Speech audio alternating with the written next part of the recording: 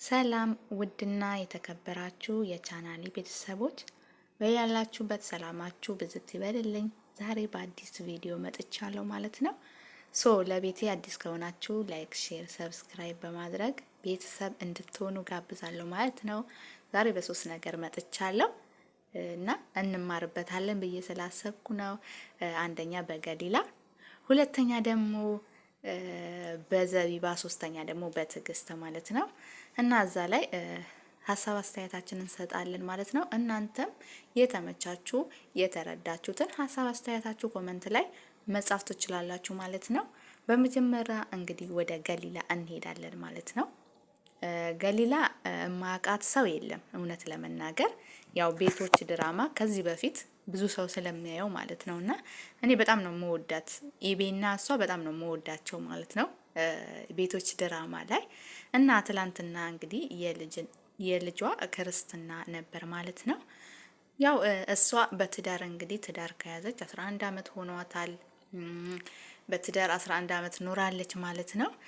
የሷ ታሪክ ያመጣሁት ግን እንድንማርበት ብዬ ነው። እኔ በራሴ ማለት ያስተምራል ታሪኳ ማለት ነውና እሷ ማለት በመጀመሪያ እንኳን ደስ አለሽ ማለት እወዳለሁ። ሲቀጥል ደግሞ እዚህ ትዳር ላይ ምን ያክል ትዕግስት እንዳለ ስለሚያሳይ ነው ማለት ነው ቤተሰብ። እሷ ግን እኔ እውነት ለመናገር ያገባችው ማለት አገባች ምናምን ሲባል የሰማሁት የዛሬ 5 አመት ምናምን ቲክቶክ ላይ ነው ያየሁት። ግን እሷ ከዛሬ 10 አመት በፊት ነበር ያገባችውና እውነት ለመናገር አስባችሁታል? ሳትወልዱ 11 አመት በትዳር መቆየት ማለት ነው በጣም ከባድ ነው። በጣም በተለይ በአሁን ትውልድ በጣም ይከብዳል ማለት ነውና እኔ ባሏም እሷም በጣም ነው ያደነቅኳቸው። ሲቀጥል ደግሞ ምን ያክል ፈጣሪን ማለት አምነው መጠበቃቸው በራሱ በጣም ያስገርማልና አንዳንዴ ትዳር ስትይዙ ልክ ትዳር እንደያዛችሁ ሰው እንድትወልዱ ይፈልጋል። ስትወልዱ ድገሙ። በቃ ብዙ አይነት አስተያየት አለ ትዳር ስትይዙ ማለት ነው። እና ትዳር ደግሞ የሚመጣው ከፈጣሪ ነው። ልጅም ከፈጣሪ ነው። የፈጣሪ ስጦታ ነውና እኔ እውነት ለመናገር እግዚአብሔርን መጠበቅ የመሰለ ነገር የለም። ፈጣሪ ስትጠብቁ ቢዘገይም መምጣቱ እናንተ ጋር አይቀርም፣ ይመጣል አንድ ቀን ማለት ነው። እናንተ ግን እሱን ከመጠበቅ ወደ ኋላ እንዳትሉ ማለት ነው። ይሄ በተለይ ለኛ ስለሚያስተምረን ብዬ ስላሰብኩ ነውና ትላንትና እያለቀሰች ስትናገር ነበር።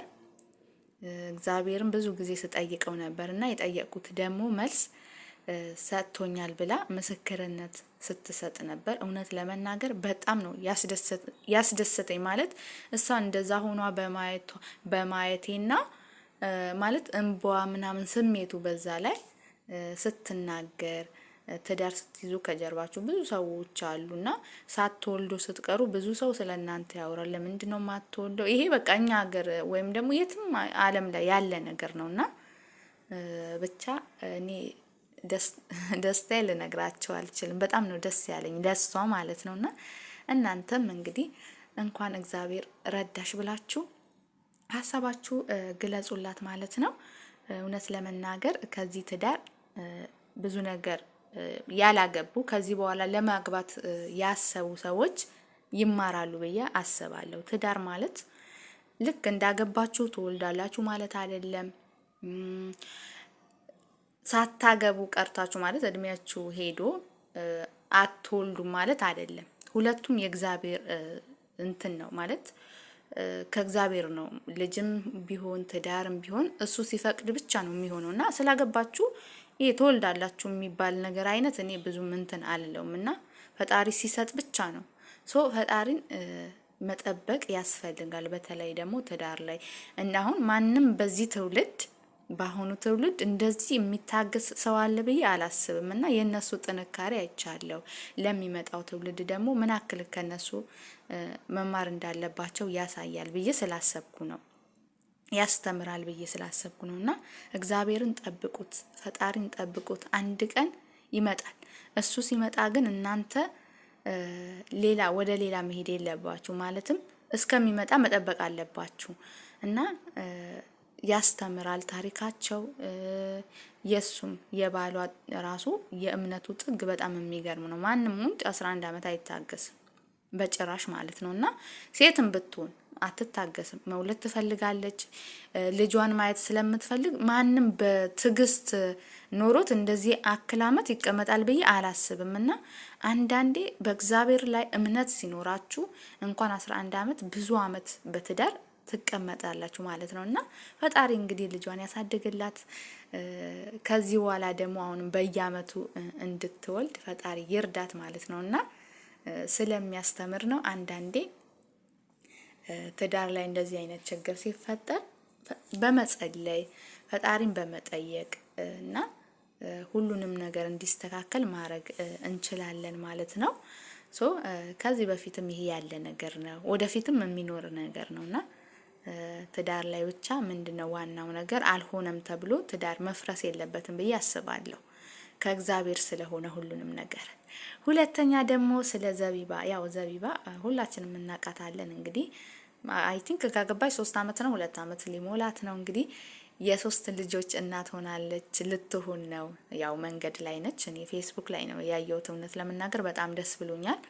አንዳንዴ እንደዚህም አይነት የተባረከ ትዳር ይሰጣቸዋል ፈጣሪ። በአንዱ ብትጎዱም ሁለተኛው ፈጣሪ ክሳቸዋልና እሷ ደግሞ እንግዲህ በመጀመሪያ ባሏ ያው ያለ አባት ነው ልጇን ያሳደገችው። አሁን ደግሞ ፈጣሪ ክሷት ምን የመሰለ ባል ሰጣት። እንግዲህ ያው እንደሷ ሁለዱ ነው የምለው እኔ። እውነት ለመናገር በጣም ደስ ይለኛል። በየአመቱ እንደዚህ ልጅ ሴት ልጅ ስትወልድ አንድ ላይ ታሳድጋለች ምናምን፣ በቃ ልጆቹም አንድ ላይ ያድጋሉ ማለት ነውና ደስ ብሎኛል አርግዛ ምናምን ስላየዋት። ፈጣሪ ደግሞ እንግዲህ ሰላም በሰላም ሁለት ያድርጋት ማለት ነው። ልጇ ለመሳም ለማቀፍ ያብቃት እላቸዋለሁ። ቤተሰቦቼ እናንተም እንደዚህ አይነት ትዳር ይስጣችሁ፣ እንደዚህ አይነት የሚያንከባክብ የእውነት በቃ እንዴት ልበላችሁ። ኢሱ በጣም ትልቅ ሰው ነው። እውነት ለመናገር በጣም ጥሩ ሰው ነው። እንግዲህ አስባችሁታል። ለሷ ብሎ ከሌላ ሀገር ገብቶ ምናምን እንደዚህ ትዳር ይዞ መኖር በራሱ የሚገርም ነው፣ የሚደነቅ ነውና ትዳራችሁ እንግዲህ አብርሃም ይሳራ ያድርግላችሁ፣ አሁንም ወደፊትም ማለት ነው። ሁለተኛ ደግሞ ስለ ሶሊ ያው ትላንትና ሴፉ ሾው ላይ ቀርቧል ማለት ነው።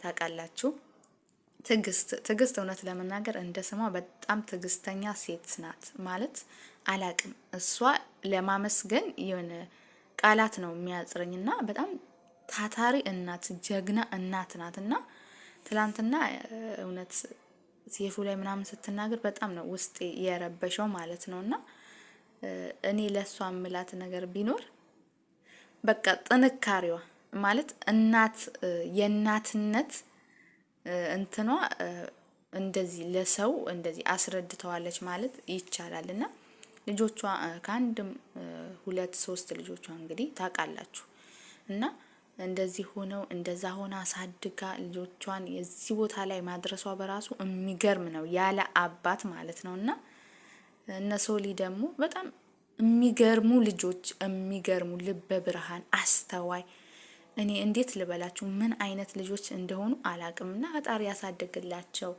ያሳድጋቸው። ከዚህ በኋላ ደግሞ የበለጠ ነገር ሰርተው እናታቸውን ለመጦር ያብቃቸውና እኔ እስካሁን ይገርመኛል ማለት ልጆቹ ማለት ነው ስለ እናታቸው እንዴት እንደሚረዱ የእናታቸውን ችግር እንዴት ነው እንዴት አንደርስታንድ እንደሚያደርጉ እነዚህ ልጆች በጣም ይገርሙኛልና አንዳንዴ ፈጣሪ ሁሉንም ነገር ልክ ነው የሚሰራው ነገር ሙሉ ልክ ነውና ምንም ስህተት የለበትም። እና ትላንትና እንግዲህ ያው ሰርፕራይዝ ያው ኬክ ቤት እንደተከፈተ ሁላችሁም ታውቃላችሁ። እኔ በጣም ደስ ብሎኛል። ከዚህ በፊትም መጽሐፍ ጽፈዋል እንግዲህ አስባችሁታል እነሱ ማለት ነው። እና ምን አክል ጠንካራ ልጆች እንደሆኑ እሷም ምን አክል ጠንካራ እናት መሆኗን በዚህ ማየት ይቻላል ማለት ነው። ቤተሰብ የተመቻችሁ ሀሳብ አስተያየታችሁ ኮሜንት ላይ ጻፉ። የዛሬ ቪዲዮ ይሄንን ይመስላል። በያላችሁበት ሰላማችሁ ብዝት ይበልልኝ። ሰብስክራይብ እንዳትረሱ ቤተሰብ።